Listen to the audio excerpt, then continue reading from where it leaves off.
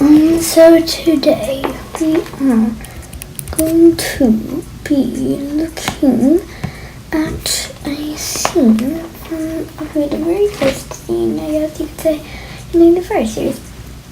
I made a bit of speed paint, but I lost the very beginning with the sketch liner and basically filling in also the coloring of burn. If you have no idea what this is, you probably are very confused because you probably didn't read the fire or did not read the scene.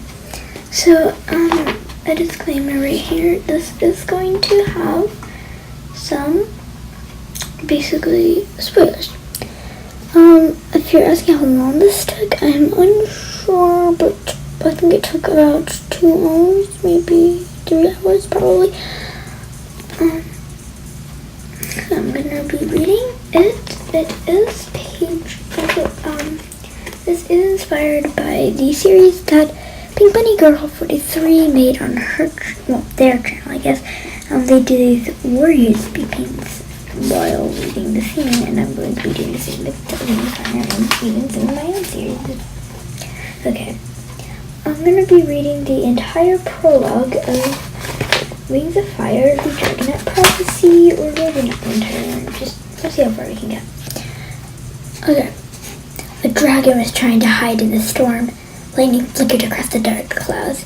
Hvitur clutched his fragile cargo closer. If he could make it over the mountains, he'd be safe. He'd escape the sky dragon's palace unseen, and the secret cave was so close.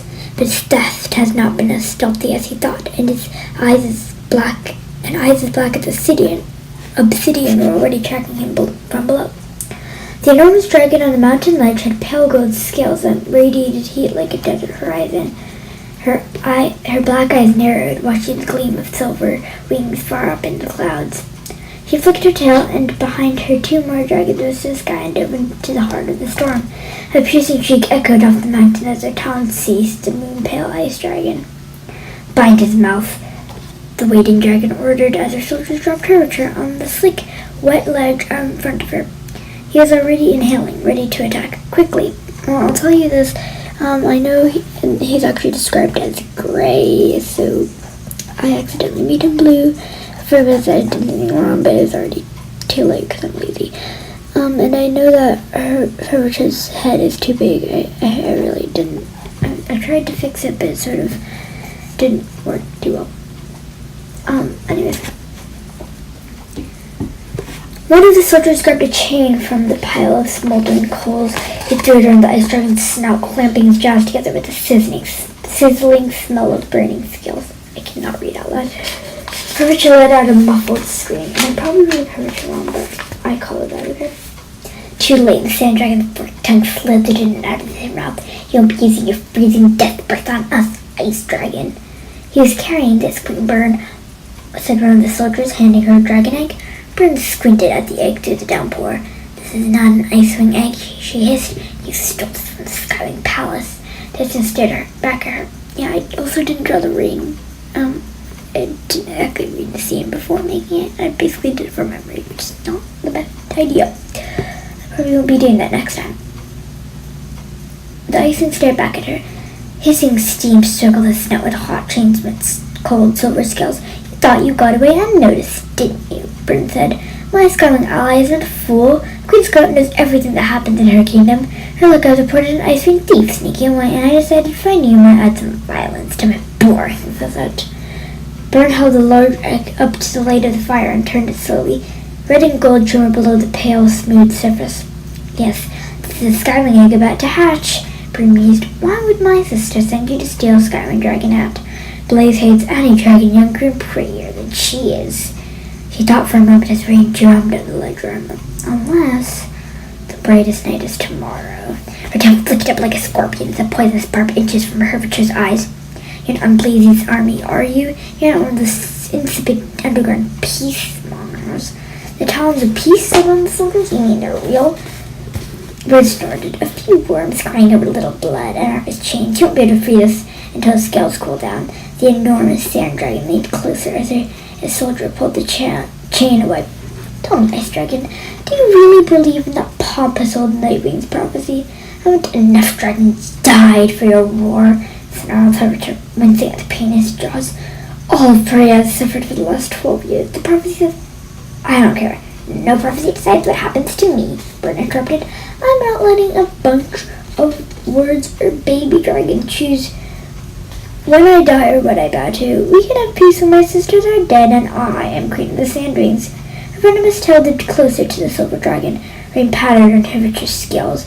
He glared up at her. The Dragonets are coming, whether you like it or not, and they'll choose who the next Sandring Queen should be. Really?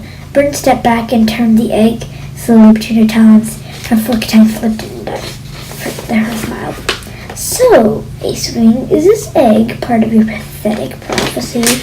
Hvitur went still. Bern tapped lightly on the eggshell with one long talon. Hello, she called. Is there a Dragonet of Destiny in there, ready to come out in a big bad war? Leave it alone, Hvitur choked out. Tell me, Bern said, what becomes of your precious prophecy? If one of the 5 Dragonets has never hatched at all, you wouldn't, he said. No one would harm a dragon egg. His blue eyes are fixed desperately on her talons. No wings of sky shall save the world, Bern said. What a sad, sad story. He began tossing the egg from one front claw to the other. I guess that means you should be very, very careful with this terribly important little oops. With an exaggerated lunge, Bern pretended the wet egg was slipping through her talons, and then she let it fall over the side of the cliff into the rocky darkness below. No! No! Hvitur shrieked, threw off the 2 soldiers, and flung himself toward the edge. Bern slammed her massive claws down on his neck. So much for destiny, she smirked. So much for your tragic little movement. You're a monster, the Icing gasped, breathing under her talons. His voice cracked with despair. We'll never give up. The Dragonets will come and stop this war. Bern leaned out to hiss into his ear. Even if they do, it'll be far too late for you. The claws ripped through the silver dragon's wings, shredding them as Hvitur shrieked in agony. With a swift movement, she stabbed her poisonous tail through his skull and flung the long silver body over the edge of the cliff. The ice dragon screamed, cut off long before the echoes of his corpse slamming into the rocks below.